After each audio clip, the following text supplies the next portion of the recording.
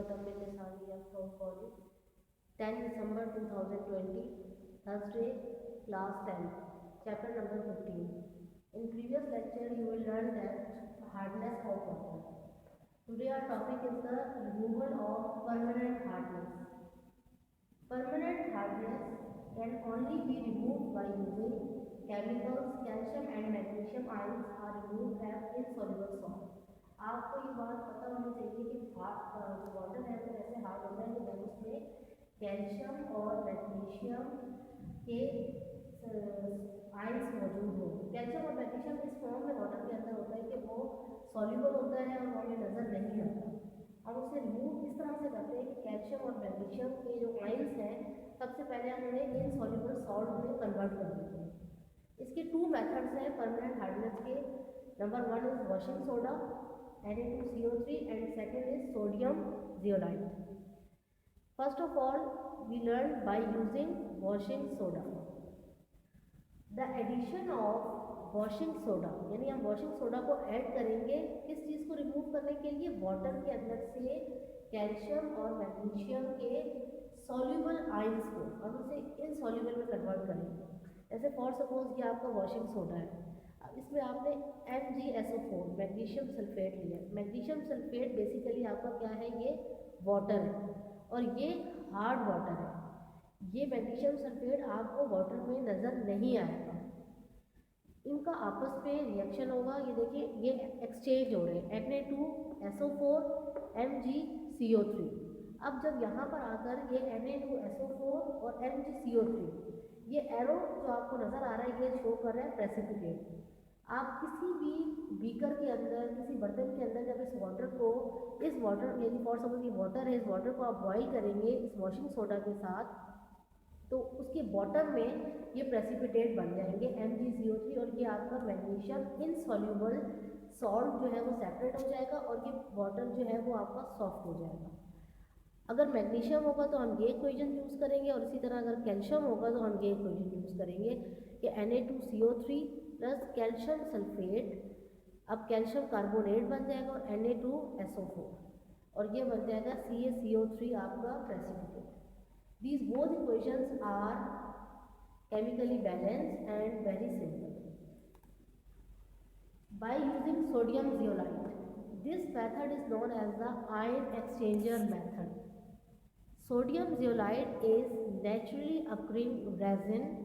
Resin हम कहते हैं कि जिसमें 3 एलिमेंट्स या मेटल्स जो हैं वो आपस में एक साथ रहें। इसका नाम होगा sodium aluminium silicate NaAlSiO3 twice, which can also be prepared artificially. ये नेचुरली पाया गया और ये जो है हम उसको आर्टिफिशियली यानी लैब में भी प्रिपेयर कर सकते हैं।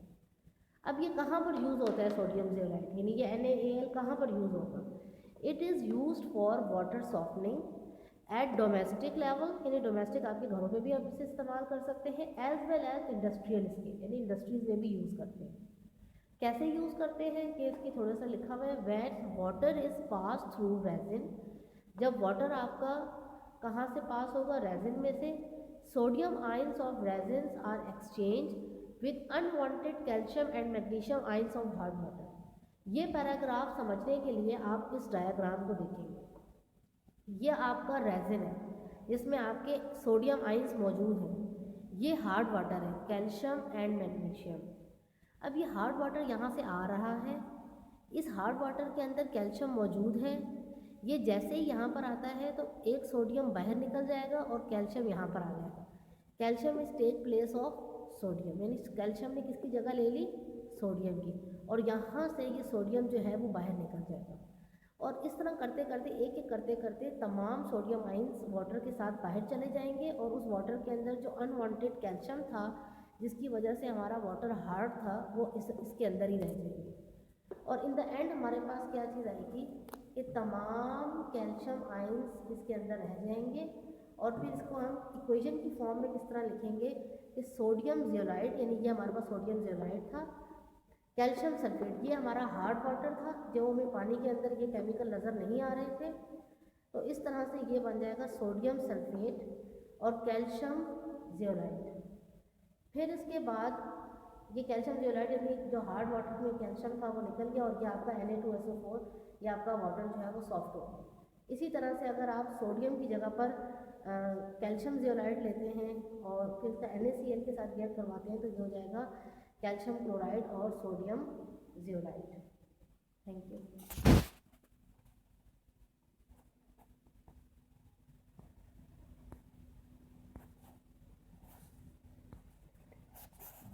हो जाएगा और ये वाटर जो है वो आपका सॉफ्ट हो जाएगा। अगर मैग्नीशियम होगा तो हम ये इक्वेशन यूज़ करेंगे और इसी तरह अगर कैल्शियम होगा तो हम ये इक्वेशन यूज़ करेंगे कि Na2CO3 प्लस कैल्शियम सल्फेट, अब कैल्शियम कार्बोनेट बन जाएगा और Na2SO4 और ये बन जाएगा CaCO3 आपका precipitate. These both equations are chemically balanced and very simple.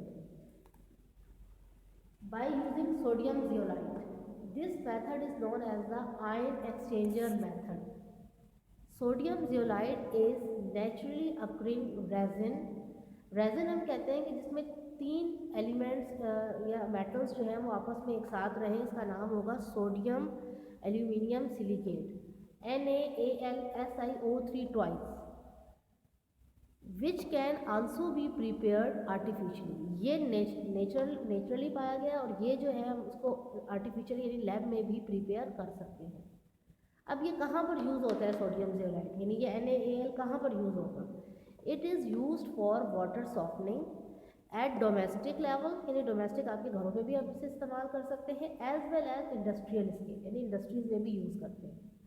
कैसे यूज़ करते हैं कि इसकी थोड़ा सा लिखा हुआ है, when water is pass through resin, जब वाटर आपका कहाँ से पास होगा? रेजिन में से। Sodium ions of resins are exchange with unwanted calcium and magnesium ions of hard water. ये पैराग्राफ समझने के लिए आप इस डायग्राम को देखेंगे। ये आपका रेजिन है जिसमें आपके सोडियम आयंस मौजूद हैं, ये हार्ड वाटर है कैल्शियम एंड मैग्नीशियम। अब ये हार्ड वाटर यहाँ से आ रहा है, इस हार्ड वाटर के अंदर कैल्शियम मौजूद है, ये जैसे ही यहाँ पर आता है तो एक सोडियम बाहर निकल जाएगा और कैल्शियम यहाँ पर आ जाएगा। Calcium is take place of sodium, यानी कैल्शियम ने किसकी जगह ले ली? सोडियम की, और यहाँ से ये सोडियम जो है वो बाहर निकल जाएगा। और इस तरह करते करते एक एक करते करते तमाम सोडियम आइंस वाटर के साथ बाहर चले जाएंगे और उस वाटर के अंदर जो अनवांटेड कैल्शियम था जिसकी वजह से हमारा वाटर हार्ड था वो इसके अंदर ही रह जाएंगे। और इन द एंड हमारे पास क्या चीज़ आएगी कि तमाम कैल्शियम आयंस इसके अंदर रह जाएंगे। और फिर इसको हम इक्वेशन की फॉर्म में किस तरह लिखेंगे कि सोडियम जियोलाइट, यानी ये हमारे पास सोडियम जियोलाइट था, कैल्शियम सल्फेट ये हमारा हार्ड वाटर था, जो हमें पानी के अंदर ये केमिकल नज़र नहीं आ रहे थे, तो इस तरह से ये बन जाएगा सोडियम सल्फेट और कैल्शियम जियोलाइट। फिर इसके बाद ये कैल्शियम जियोलाइट यानी जो हार्ड वाटर में कैल्शियम था वो निकल गया और ये आपका Na2SO4, ये आपका वाटर जो है वो सॉफ्ट हो गया। इसी तरह से अगर आप सोडियम की जगह पर कैल्शियम जियोलाइट लेते हैं और फिर इसका NaCl के साथ रिएक्ट करवाते हैं तो ये हो जाएगा कैल्शियम क्लोराइड और सोडियम जियोलाइट। Thank you.